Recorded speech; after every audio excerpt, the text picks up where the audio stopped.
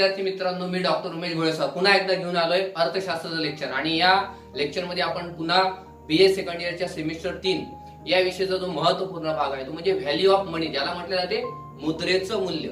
मुद्रेच्या मूल्याच्या संदर्भामध्ये महत्त्वाचं म्हणजे की आपल्याला जोपर्यंत वस्तूंचं, सेवेंचं, त्याच्यानंतर प्राइस कशी ठरते, अर्थव्यवस्थेमध्ये किमती नेमक्या कशा ठरतात, ही सगळ्या संकल्पना जर समजून घ्यायच्या असतील अर्थशास्त्रामधल्या, तर आपल्याला जोपर्यंत मुद्रेचं मूल्य कसं ठरते, म्हणजे पैशाचं मूल्य कसं ठरते, हे जोपर्यंत समजणार नाही तोपर्यंत आपल्याला अर्थव्यवस्थेच्या संदर्भामध्ये या सगळ्या चलांचा, या सगळ्या घटकांचा आपल्याला माहिती मिळणार आहे। त्यामुळे सुरुवात करूया आपण या मुद्रेच्या मूल्याच्या संदर्भामध्ये। बघा, आपण मुद्रेच्या मूल्याच्या संदर्भामध्ये आपण थोडीशी पार्श्वभूमी जर आपण पाहिली तर लक्षात येते की सगळ्याच्या सगळ्या एकूणच जगामध्ये काय आहे, सगळ्या वस्तू आणि सेवांच्या किमती कशामध्ये मोजल्या जातात, ह्या मोजल्या जातात पैशामध्ये। आणि वस्तूंच्या किमती मोजण्याचं एकमेव माध्यम म्हणजे हा पैसा आहे, ज्याला आपण पुस्तकामध्ये मुद्रा असं म्हणतो। मुद्रा किंवा पैसा एकच आहे, म्हणजे वस्तूंच्या किमती मोजण्याचं एकमेव साधन आहे हे पैसा।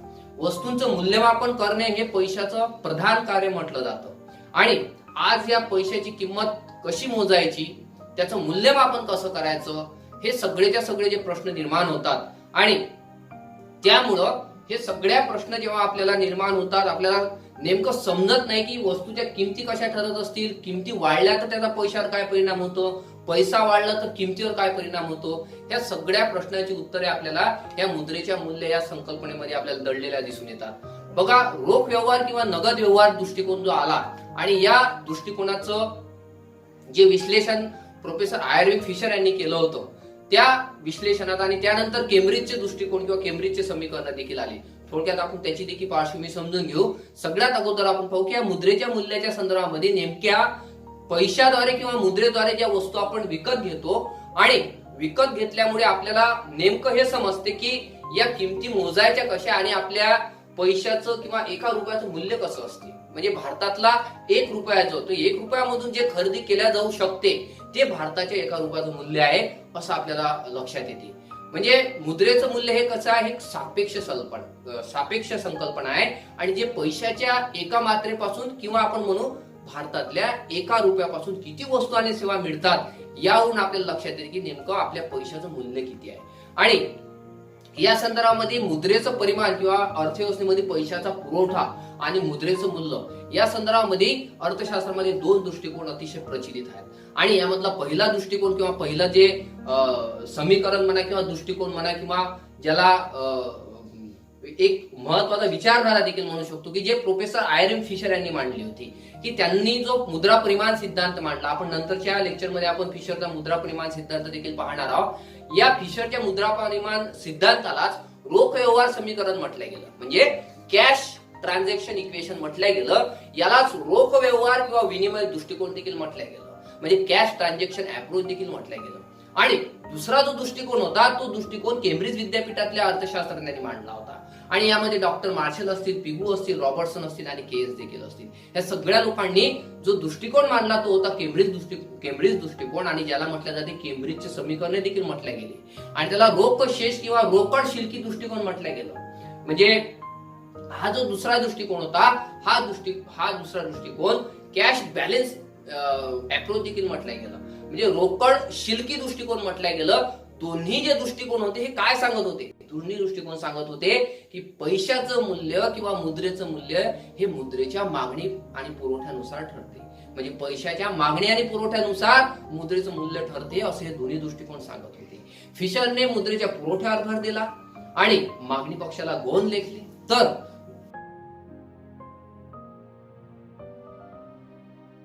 त्यांनी विनिमय माध्यम जे आहे, पैशाचं जे कार्य आहे, त्या पैशाच्या विनिमय माध्यमाला अधिक महत्व दिले, आणि मुद्रेची मागणी हे विनिमयासाठीच केल्या जाते असं फिशरला म्हणायचं होतं। मात्र मुद्रेच्या मूल्य संग्रहणाकडे फिशरने पाठ फिरवली, आणि हाच विचार पुढे घेऊन केम्ब्रिज अर्थशास्त्रज्ञांनी मुद्रेच्या मागणी पक्षाला भर दिले आणि मुद्रेच्या मूल्य संग्रहण या कार्यावर विशेष लक्ष केंद्रित केले। आणि त्यामध्ये डॉक्टर मार्शल, पिगू आणि रॉबर्टसन असतील, केन्स असतील, हे सगळे केम्ब्रिज विद्यापीठातील अर्थशास्त्रज्ञ त्यामध्ये या रोकड शिल्की दृष्टिकोनामध्ये कॅश बॅलन्स अप्रोच मध्ये त्यांनी भर घातली। ही पार्श्वभूमी आपण का पाहिली, कारण हा जो मुद्रा मूल्याचा जो संकल्पना आहे, मुद्रा मूल्याचा जो प्रश्न आहे, तो इतका महत्वाचा आहे की तो जर समजला नाही तर आपल्याला फिशरचा सिद्धांत समजणार नाही. तो जर समजला नाही तर आपल्याला केम्ब्रिजचे समीकरण समजत नाही. त्यामुळे आपण महत्वाचं म्हणजे ही जी सगळी पार्श्वभूमी पाहिली, यामध्ये आपल्याला हे लक्षात येईल की मुद्रेचं मूल्य किती महत्वाचं आहे, पैशाचं मूल्य किती महत्वाचं आहे. पैशाचं मूल्य जर समजलं नाही तर आपल्याला महत्वाचं किंमत पातळी समजत नाही. त्यामुळे चला आपण जाऊया मुद्रेच्या मूल्याची अर्थ आणि व्याख्या बघूया. बघा, meaning of value of money and definition जेव्हा आपण म्हणतो, या संदर्भामध्ये सामान्यतः मुद्रा मूल्य म्हणजे व्याजदर आहे असं देखील अर्थशास्त्रामध्ये वाचायला मिळतं. विदेशी विनिमय दर, मुद्रेची सामान्य क्रय शक्ती, असे 3 अर्थ देखील काही अर्थशास्त्रांनी काढलेले आहेत. आणि तरी देखील मुद्रा मूल्य म्हणजे मुद्रेची किंवा पैशाची क्रय शक्ती हा सगळ्यात प्रचलित असलेला सगळ्यात महत्वाचा शब्द जो आहे तो म्हणजे मुद्रा मूल्य म्हणजे मुद्रेची किंवा पैशाची क्रय शक्ती. या संदर्भामध्ये बघा, आपण बघूया अनेक टेक्स्ट बुक मध्ये ज्या आहेत, ज्या व्याख्या आहेत मुद्रा मूल्याच्या, त्या व्याख्या आपण इथं बघणार आहोत. क्राउथर एक मोठे अर्थशास्त्रज्ञ होऊन गेले. या क्राउथरनी मुद्रा मूल्याचं सुंदर विश्लेषण केलेलं आहे. काय म्हणतात क्राउथर? मुद्रा मूल्य म्हणजे मुद्रेचे वस्तू आणि सेवा विकत घेण्याचे सामर्थ्य आहे. काय म्हणतात क्राउथर? मुद्रा मूल्य म्हणजे मुद्रेचे वस्तू आणि सेवा विकत घेण्याचे सामर्थ्य आहे. म्हणजे the value of money is what it will buy. म्हणजे नेमकी ती मुद्रा काय खरेदी करते, त्या खरेदी करण्याचं सामर्थ्याला क्राउथरनी म्हटलेलं आहे मुद्रेचं मूल्य. त्यानंतर कुरिहारा नावाचे मोठे अर्थशास्त्रज्ञ होते. या कुरिहाराने देखील मुद्रेच्या मूल्याच्या संदर्भामध्ये विश्लेषण केलेलं आढळून येते. बाबा, काय म्हणतात कुरिहारा? कुरिहारा म्हणतात मुद्रेच्या मूल्यावरून वस्तू व सेवांच्या स्वरूपात मुद्रेच्या एका एककापासून खरेदी करण्याची शक्ती आहे.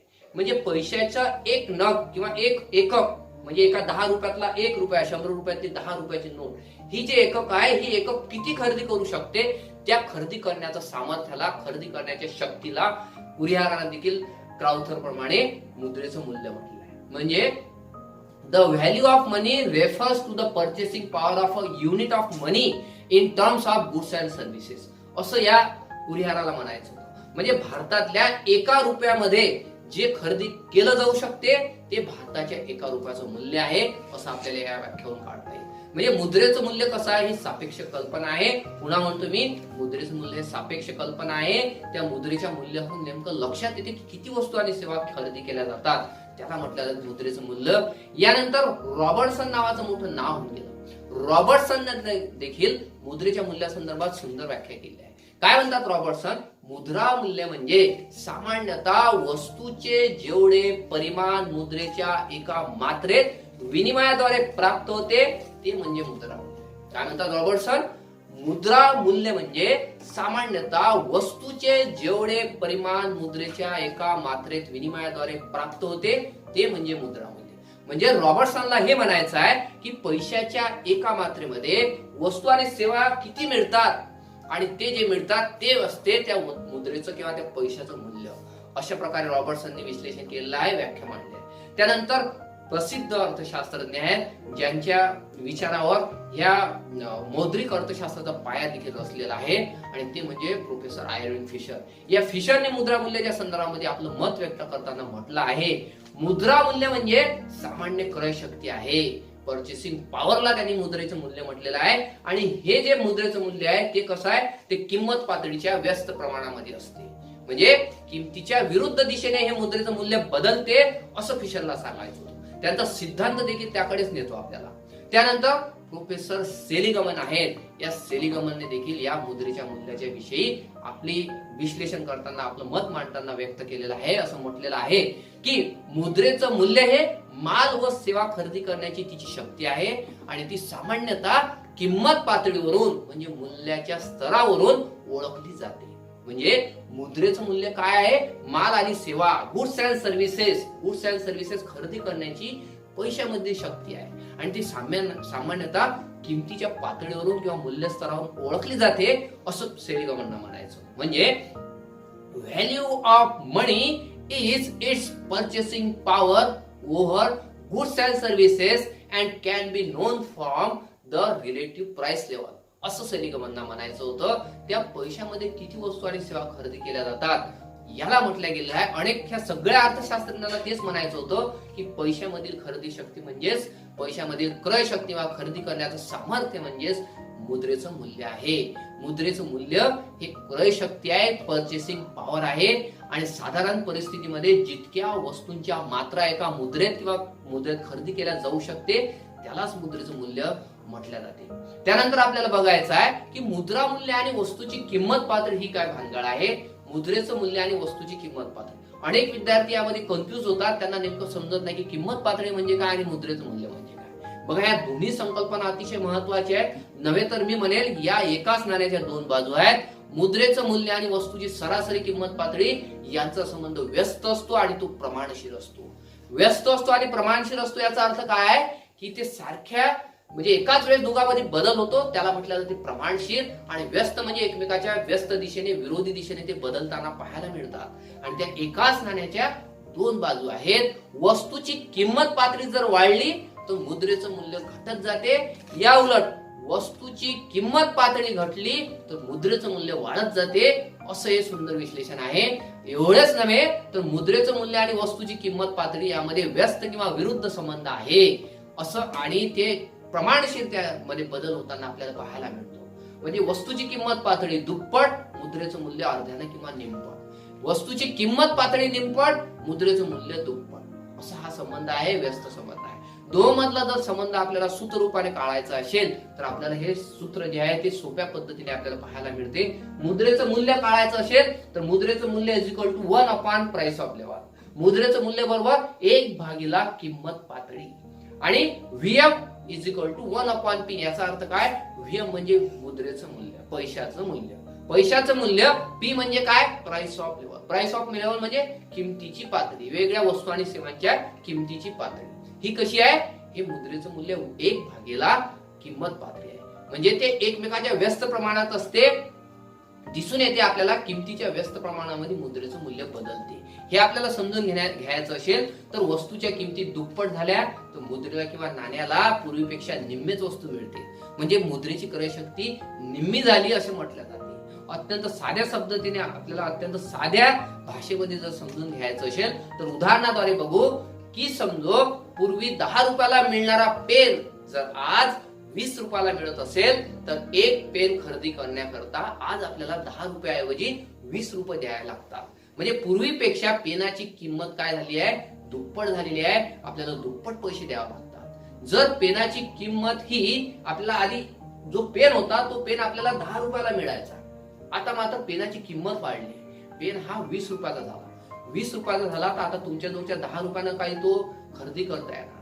त्याला आपल्याला अधिकचे 10 रुपये द्यावे लागतील. याला म्हटलं जाते वस्तूची किंमत वाढली. वस्तूची किंमत वाढल्यामुळे तुमच्या जवळच्या पैशाचं मूल्य कमी झालं. 10 रुपयाचं ते आता त्या ती वस्तू मिळत नाही, तो किंमतच मिळते, तो तुम्हाला खरेदीच करता येणार नाही. कारण आपल्याला अधिक आता 10 रुपये लागतील तेव्हाच तो पेन खरेदी करता येईल. या उलट जर पेनाची किंमत जर 5 रुपये झाली तर आता मात्र तुमच्या जवळच्या 10 रुपयाची जे मूल्य आहे 10 रुपयाचं ते वाढलं. कारण आता तुम्हाला 10 रुपयामधून 2 पेन विकत घेता येतात आणि 2 पेन मिळतात. म्हणजेच किमती निमपट झाल्या. किमती निमपट झाली पेनाची आणि पैशाचं मूल्य दुप्पट झालं.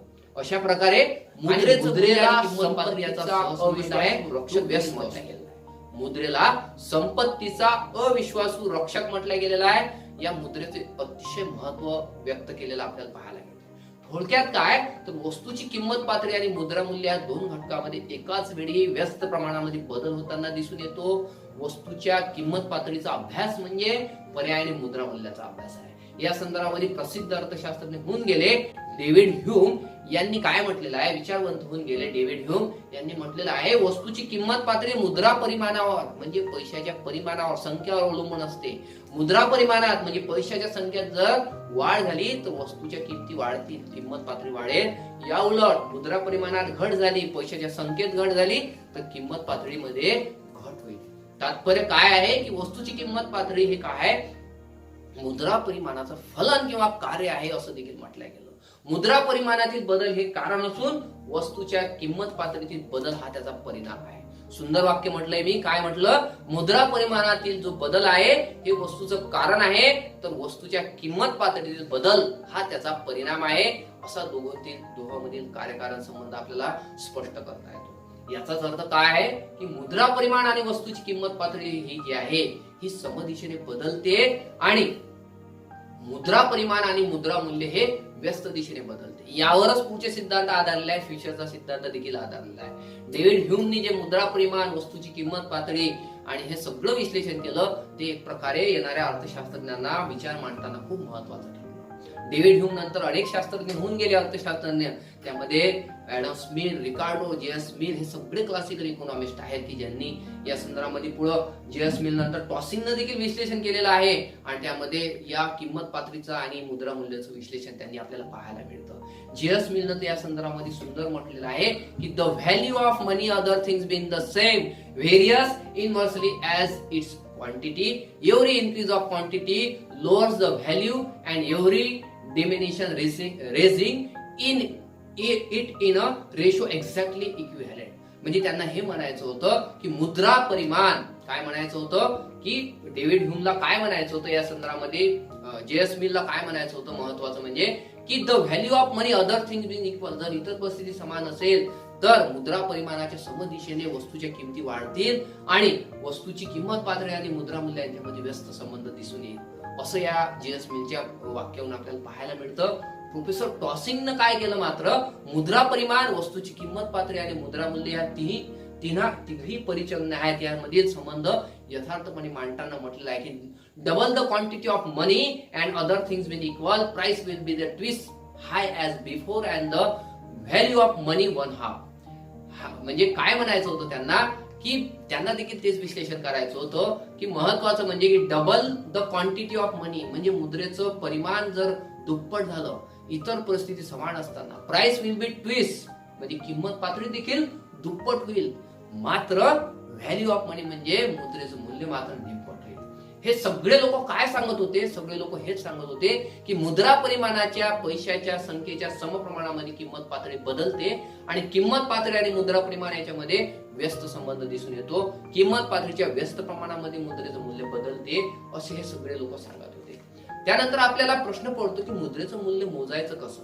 या मोजण्याच्या संदर्भातच तर नंतरचे सगळे सिद्धांत मांडण्यात आले आहेत. कारण आपण या ठिकाणी हे पाहणार आहोत की मुद्रेच्या मूल्याच्या संदर्भामध्ये इतर वस्तू आणि मुद्रेमध्ये नेमका काय फरक आहे की ज्याद्वारे आपल्याला मुद्रेचं मूल्य मांडण्यासाठी अनेक सिद्धांतकारांनी आपले सिद्धांत मांडले.